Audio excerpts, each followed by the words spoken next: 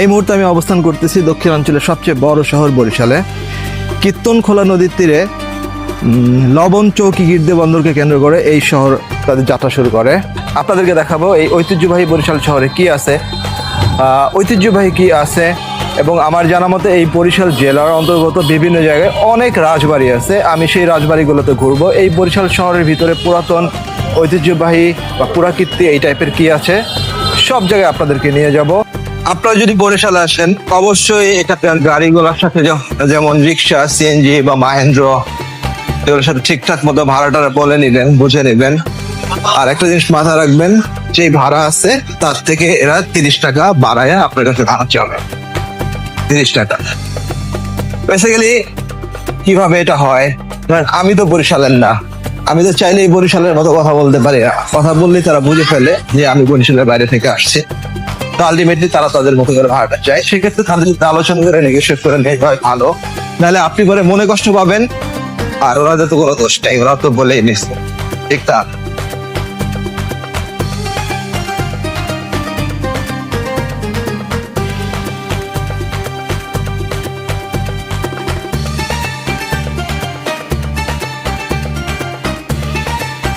আমি এখন দক্ষিণবঙ্গের অক্সফোর্ড খ্যাত সরকারি বজ্রমোহন কলেজের সামনে। এই কলেজটা 1889 সালের 14 জুন তাদের যাত্রা শুরু করে।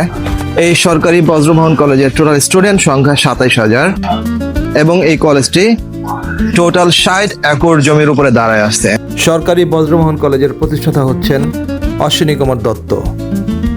অশ্বিনী কুমার দত্ত ছিলেন সমাজসেবক এবং রাজনীতিবিদ। আর অশ্বিনী কুমার দত্তের বাবা বজ্রমোহন দত্ত, যার নামে এই কলেজের নামকরণ করা হয়েছে। বজ্রমোহন দত্ত ছিলেন বাঙালি সমাজসেবক এবং শিক্ষাবিদ।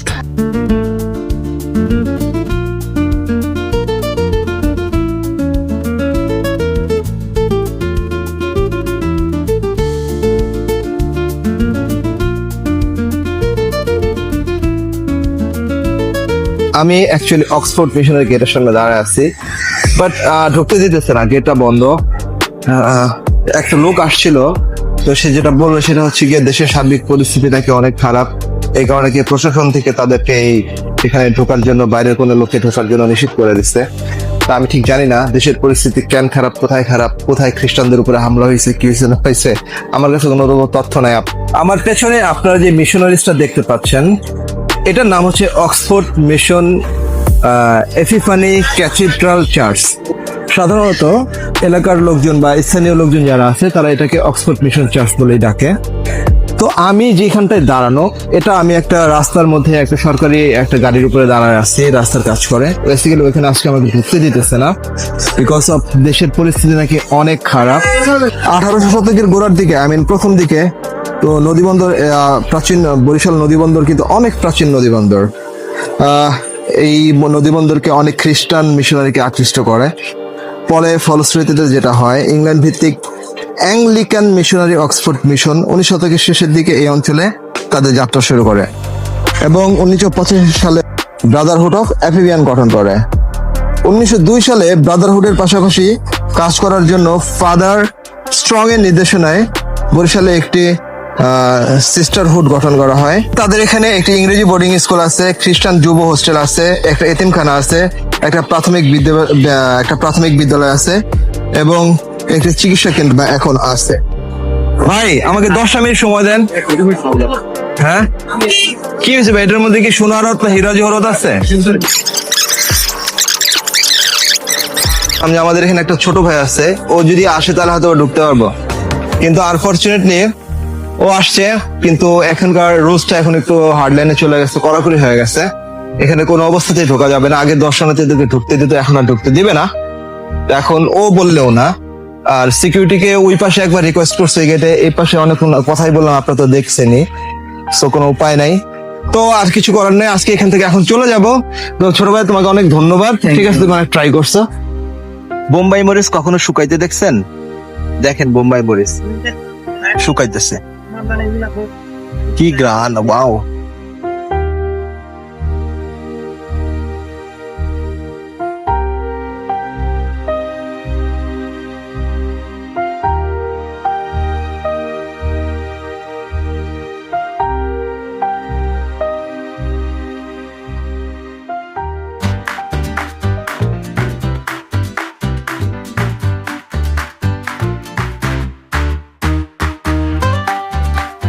পরন্ত বিকেলে এরকম কীর্তনখোলা নদীর পাশে, একদম ঠিক পাশে দেখতেই পাচ্ছেন, আমার টেবিলের পাশে এই নদী দেখা যাচ্ছে। গরম গরম বোম্বাই সিঙ্গারা, অসাধারণ টেস্ট। সাদা মেয়োনিজের মধ্যে যে সসটা, এটার সাথে যদি আমি টমেটো সসটা একটু মিলাই, তাহলে পরে খাইলে যেটা লাগে মনে হয় বার্গার খাইতেছি। কিন্তু যদি শুধু সাদাটা দিয়ে একটু খাই, তাহলে পুরোপুরি বোম্বাই ব্লেসের ফ্লেভারটা একদম সুন্দর ঘ্রাণটা আসে। টমেটো সস দিয়ে যদি খাই একই রকম আসে।